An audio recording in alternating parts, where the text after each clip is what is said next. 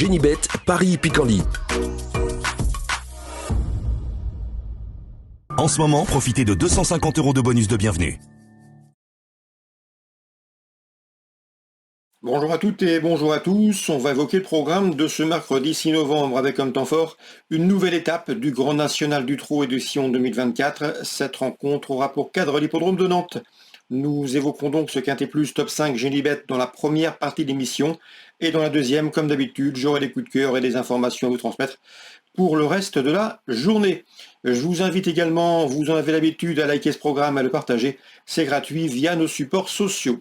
Donc pour cette nouvelle étape du GNT, la 12e du circuit, j'aime beaucoup le numéro 4, Harit Sassi. C'est un cheval qui a fait sensation tout au long de l'année sur les pistes en herbe. Il a notamment remporté la finale du Trophée Vert au mois de septembre à Cran, mais il a également des références à faire valoir sur le sable. Le cheval est préparé pour ce rendez-vous. Jules Leroulet nous l'avait fortement conseillé dans la finale du Trophée Vert. Le cheval avait gagné à Bellecote, si ma mémoire est bonne. Et à mon avis, dans ce lot, ce cheval capable d'imprimer sa cadence, d'aller en tête, peut les emmener très loin. Je lui poserai principalement le numéro 5, Horatius Della, 4e de l'étape de Cherbourg au mois de septembre.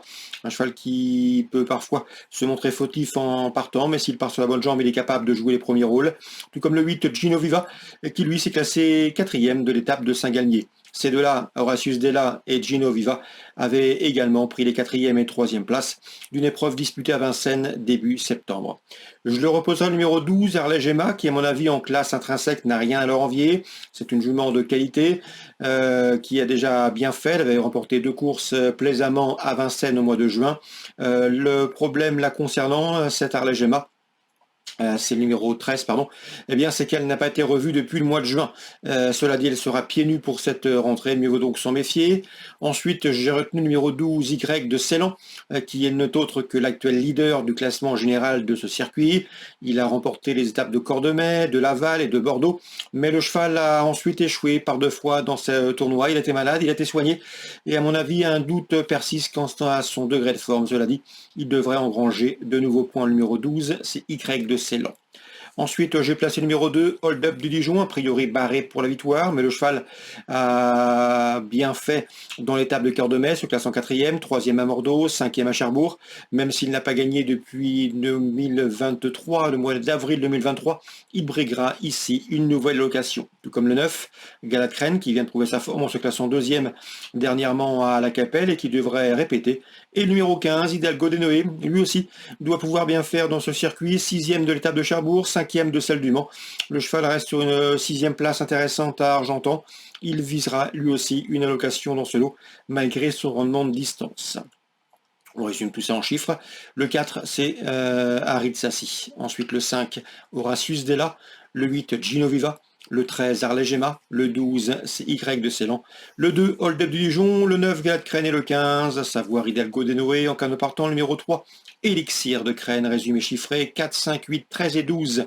Devant le 2, le 9, le 15. Je répète, 4, 5, 8, 13, 12, 2, 9 et 15. On se retrouve pour les coups de cœur. En ce moment, profitez de 250 € de bonus de bienvenue. Voici désormais mes différentes informations et coups de cœur pour ce programme du mercredi 6 novembre. On commence par Nantes qui accueille la réunion principale. Dans la 3e, je ferai confiance aux 2 protégés de Franck Blandin, le 16 Iquito Planchette qui aligne les victoires cette année en pareille société, celle des courses pour driver amateur et numéro 14 Emilio Pergi, un cheval dur à l'effort, capable de durcir la course et lancer de loin. Ces deux-là rendent la distance mais me semblent compétitifs malgré son handicap de 50 mètres. Vincent Gouin a réalisé une belle campagne au mois d'octobre. Il pourrait bien poursuivre en ce début novembre. En tout cas, il a préparé cette réunion, notamment avec le 507. Jaffrozard Carac, c'est une course visée, elle reste sur 2 succès. Elle devrait répéter. Je poserai principalement le numéro 8, c'est Girocache de Fitz.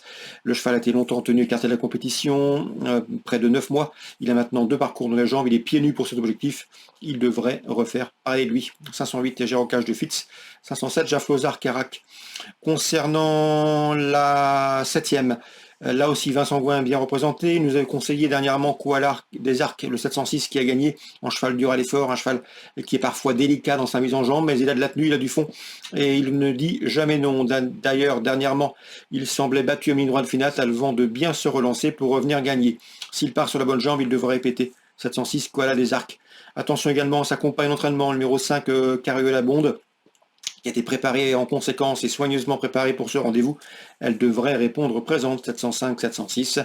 Je le reposerai toutefois le protégé de Jean-Michel Baudouin qui a été préparé pour ce rendez-vous sur le numéro 2 et Clark de Vandel, c'est un objectif. Un peu plus tôt au cours de la réunion, je peux vous parler également du 416, c'est Light My Fire qui a gagné avec brio dernièrement au Sable d'Olonne. Le cheval est un cheval bien né, c'est le propre frère de Bold Eagle. À mon avis, il affronte ici des opposants dans ses cordes et devrait pouvoir répéter sa dernière victoire, c'est le 416. C'est Light My Fire. Concernant Auteuil maintenant, réunion 3, dans la première j'aime beaucoup le 106 Sobriquet qui avait bien fait en haie au premier semestre, se classant notamment 3e de groupe 3, qui débute ici sur le steeple avec une sérieuse chance de succès, le 106 Sobriquet. Dans la troisième, le 301 Figuero est de loin le plus titré du lot. C'est un cheval âgé de 9 ans, mais il garde Borest et devrait jouer les premières places en compagnie du numéro 6. Sa compagne d'entraînement, c'est Jolidé, qui pour sa course de rentrée s'est classé 2e sur le steeple. Il s'agissait d'ailleurs ce jour-là de début sur les gros obstacles. Elle devrait pouvoir répéter 301-306. Dans la 6e, mon préféré sera le 601 Bon Garçon, qui à mon avis, après 2 bonnes places de 2e, dont celle obtenue dans le prix de Bayonnais, où Bon Garçon devançait plusieurs de ses rivaux du jour, trouve ici l'occasion de s'adjuger ce prix de Trickerville, une épreuve Listed Race 601 Bon Garçon. Concernant la 8e, j'aime beaucoup le 808 Heinz Got Wings qui a effectué une bonne course de rentrée, qui va monter en puissance et qui à mon avis devrait prendre des gains. C'est un cheval qui vaut mieux que cette catégorie, c'est le 808 Heinz Got Wings. Voilà pour les différentes infos de ce mercredi. Excellente journée à tous, très bon jeu, rendez-vous demain. Génibet, Paris Picardie. En ce moment, profitez de 250 € de bonus de bienvenue.